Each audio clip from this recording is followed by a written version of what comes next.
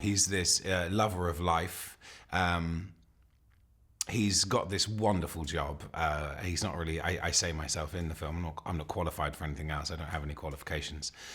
This is really all I can do, you know, charm people, pour them champagne and make them feel comfortable and excited.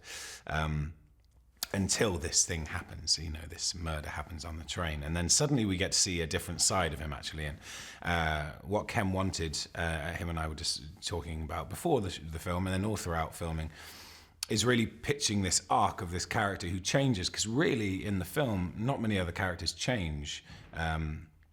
As a result, Ken's character towards the end has a very interesting dilemma in his hands. But really, if you track the beginning and the end of the movie, Boot goes through this huge change, this huge arc. He gets influenced by Poirot, he gets shocked, intrigued, and he starts to care about things that you wouldn't necessarily expect him to care about at the beginning.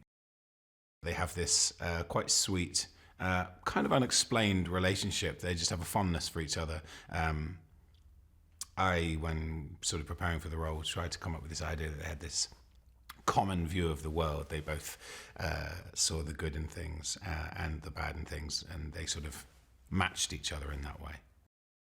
If Poirot wasn't there and we arrived in Broad Station with a dead body and no culprit, that's a huge scandal. I'd probably lose my job.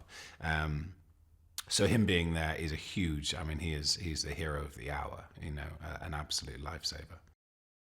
I'm so lucky with my part that so much of the film is Poirot interviewing all of these amazing actors' characters, and me being there, listening to the investigation, and then joining in. So I've got to be in every single scene. So I'm just watching these masterclasses, really. You know, one of them, the first days, was Derek Jacobi and Ken just sat across a table, working each other out, playing this beautiful 3-4 page scene, and I just got to stand there for the day and watch it.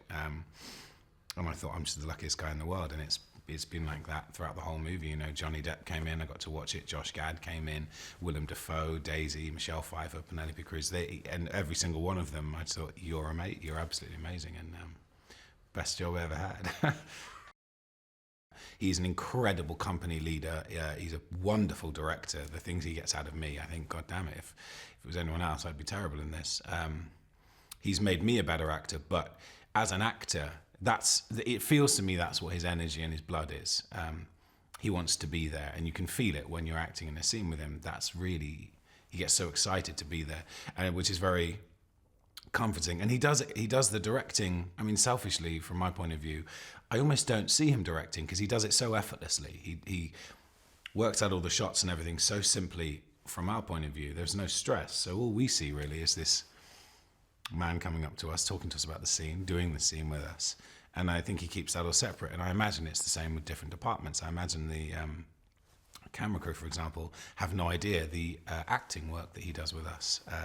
He just sort of gives everyone their dues and their weights equally. But no, having him on set when it's just the two of you doing a scene with the camera is wonderful, yeah, because you kind of feel like, you know, your leader's sort of just taking your hand and doing the thing with you.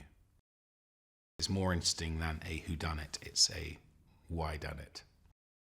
Even though it's a story people may know or may not know or think, oh, well, I've already seen it, you haven't seen it like this. It's different and it's new, and the cast alone is just stunning. Every single person, no matter how big or small a scene they have, I've been blown away by all of them. And as someone who's read it and been working on it for the past 5 months every day, I cannot wait to see it.